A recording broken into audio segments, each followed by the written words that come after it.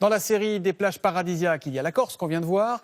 Il y avait aussi Saint-Domingue en République dominicaine. Je dis il y avait parce que depuis quelques jours, ces plages sont envahies par des tonnes de plastique rejetés par la mer. Et autant vous dire que ce n'est pas de la faute des poissons. Guillemette Allard.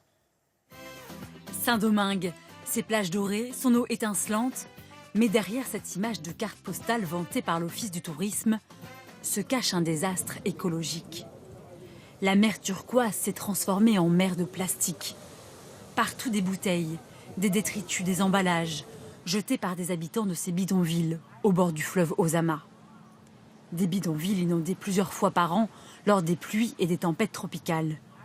Le fleuve qui traverse la ville emporte alors les déchets et les déverse dans la mer.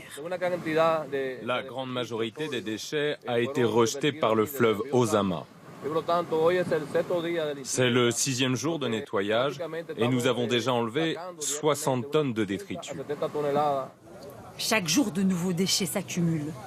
Plus de 500 volontaires participent à ces opérations de nettoyage, car cette pollution ne menace pas seulement l'image de l'île et son tourisme, elle est surtout dangereuse pour l'environnement.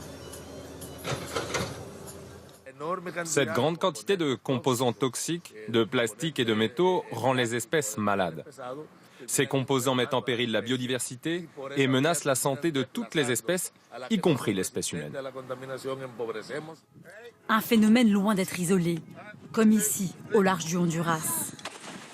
Dans plusieurs endroits du monde, de gigantesques amas de détritus flottent à la surface des océans. L'équivalent d'une surface grande comme 6 fois la France, on l'appelle le 7e continent de plastique.